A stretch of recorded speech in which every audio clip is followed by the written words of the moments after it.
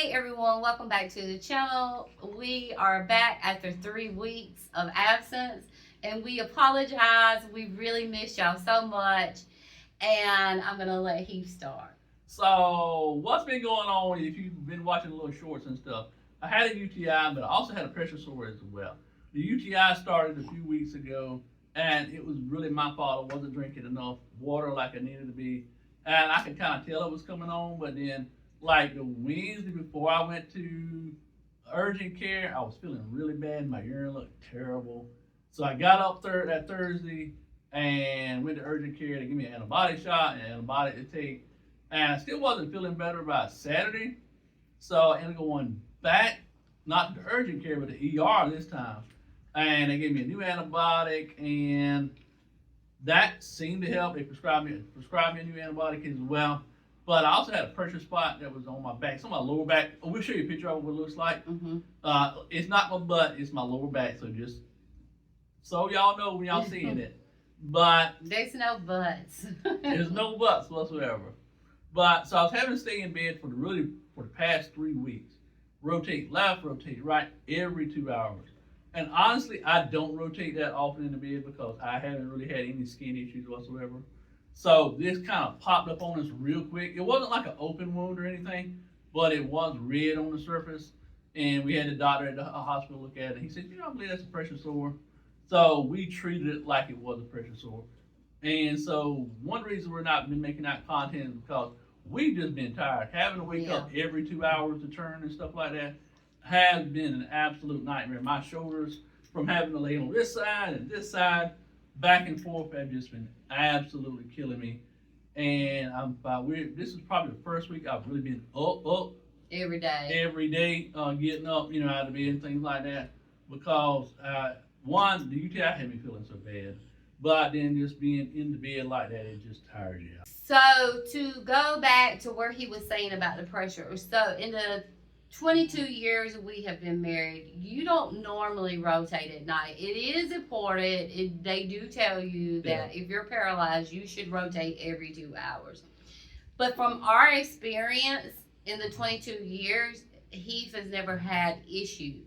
Yeah. So we just do whatever. Like I'll use a pillow to prop a hip up to take pressure off or whatever. Yeah. But we don't rotate every 2 hours. Yeah, I'm not completely on my But side. I think the reason this occurred because with the UTI, he was feeling bad and he was staying in the bed more. And when I actually counted it up, he had been in bed way more. And I was like, oh my God, I feel terrible as his wife because I should have knew these things. And I did. I guess you just don't think about it. You can make mistakes. But I felt like a terrible person, like I failed him or whatever.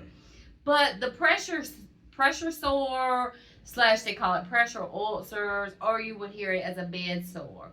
So the skin never broke. It was just like a reddish pink. Yeah.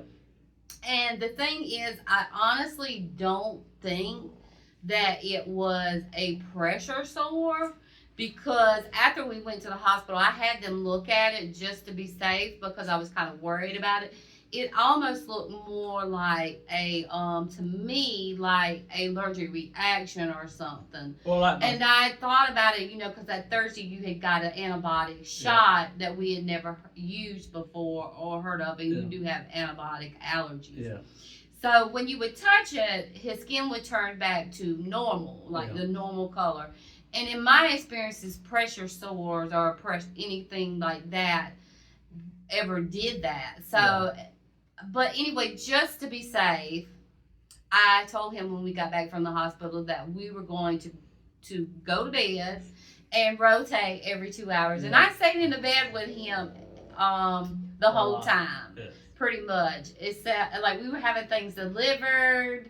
I never left the house. I stayed with him. If he had to lay in the bed, I was going to lay in the bed. So I gave him full support because I felt I always do that. Time you did get he got a pressure ulcer years ago, and it was like a blister. It almost looked like somebody had burned him. It was just a little tiny bubble, and it had this little black dot that was floating around in it. And Yeah. so that is our experience. Like Yeah. they'll just come up like overnight. And that in response in regard to that one there just it was like I had no like you get a red spot and then it escalates. You know? Yeah. This one here, It just red, come up. red, and then that black dot, and then that was it. Yeah. And that one there was pretty rough. But really, I only had 2 weeks I was in the bed with that one. That's Yeah. So, and this one, like I said, the skin wasn't broke, and everything I was reading, like when I Googled it, would say 2 to 3 days. Like if the skin wasn't broke, it should Yeah. be healed. It was not changing at Yeah. all. I did notice when I give him some Benadryl, it seemed to have lightened. And I know you're not supposed to do this, but we have put some cortisone on it just to be safe. Maybe it was an allergic reaction or something like Yeah, that. just. But just in regards to that too, talking about the little dot, yeah. I used to, like when I take Cipro's another antibiotic, Yeah, and that's what I he was used to on. get a red circle right here on my arm every single time I took Cipro. And he didn't this time. So I didn't I'm this wondering if time. maybe that was his Cipro dot back Yeah. there. It could have And been. so we don't know, but the thing is, like I said, usually when we have experienced red spots, they usually go away like within a couple of minutes or hours. Because like I said, I have always, and I read, actually, because I called Christopher Reeve's website, I found out they do have where you can call in. Yeah. And the lady I had talked to, she was also a quad. And she, you know, of course they can't give me a diagnosis No. or anything like that. But she was actually a quad. And she said she had had a lot of experience with pressure sore. And she told me, you know, she felt like that it probably was some kind of reaction Yeah. as well. Because it had already been over 2 weeks at that point. Yeah. Yeah, oh, yeah. So they sent me information about it. And so it actually had pictures of like the red spots, Yeah. but none of the red spots looked like what he had. So when I got the documentation, I read it. She also sent me a link and I read it as well on their site. So you're not actually, I had said in a previous video, where when he gets a red spot, I go around it in a circular motion. You're actually not supposed to touch it at all. Yeah. And or the area around it. I have always done that, and I will tell you from my experience, doing that has made it go away.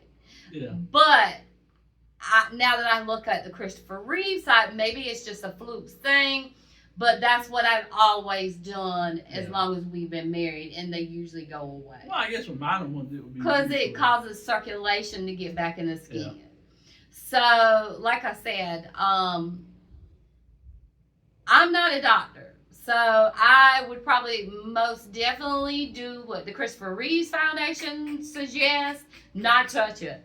But the skin was never broke. And so, yeah. But that's just what I do, my tip and tricks. But, like I said, don't do what I do. Don't do what I do. And so, yeah, That's pretty much it. And so on a positive note, the antibiotics cleared up my UTI. That's actually the first UTI I probably had in 3 or 4 years probably. yeah, because last time he had a UTI, we I had had to to do have a a pick pick one. one, yeah. Yeah. But this is the first UTI I've had in probably 3 or 4 years. So I mean, for the most part, you know, I stayed pretty healthy as far as my bladder and things like that. First pressure sore. This is probably the first About rough 10 years or more. 10 years. Yeah, I about was 10. working when you got Yeah. that last one. And Heath is not always, I will say this, Heath is very hard-headed. When he had gotten the pressure sore 10 years ago, I actually had to take time off from work because he was like, I'm going to get up. Even though the RN and the doctor had told him that he could not get up. But Heath was like, I'll get up. And when I told the home care aide that was here not to get him up, she was like, I don't work for you, I work for Heath, and I have to do what he says. And so I stayed home and stayed in the bed with him then. So when he gets pressure sores, I stay in the bed with him. Because I don't know, I just feel like, She be worried about me. yeah, and I don't She want him to worried be about alone, and I just give him support. See where I said, now to go do something. I Go just lay in the do bed something. with him. So, I mean, it's just something I I said, do. I told her, I said, I'm fine, go do something. And she's like, well, I don't want you to be by yourself. I said, I'm okay. Well, I think if it was me, I would want somebody, some company. I wouldn't want to be in the bed miserable by myself. Yeah, I was all right. And so I know it's hard for him, especially laying on his right side because he sweats a lot. Yeah, I have like really bad hip pain out here Yeah. ever since I've gotten hurt. And laying on my right side really bothers me. It makes me sweat. I can always tell if I've been laying on my right side for about an hour and a half, I'll automatically start sweating. So it's pretty tough laying on my right side for extended periods of time. Yeah. Okay. So with UTIs, you know, most with being paralyzed. Okay. So because he's paralyzed, he has to calf more. Yeah. And it's very important that he drinks plenty of fluids. Well, he likes Dr. Pepper, and he's urine.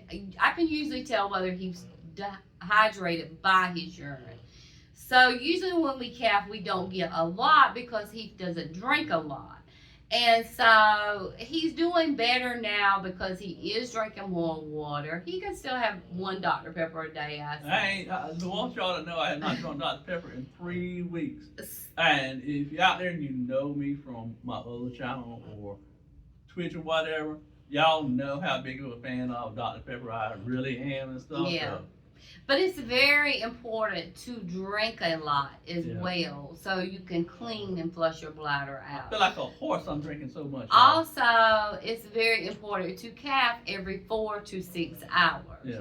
And so we do calf every 4 to 6 hours. Yeah. Now at night we don't calf because we sleep at night. So that's just something we don't do.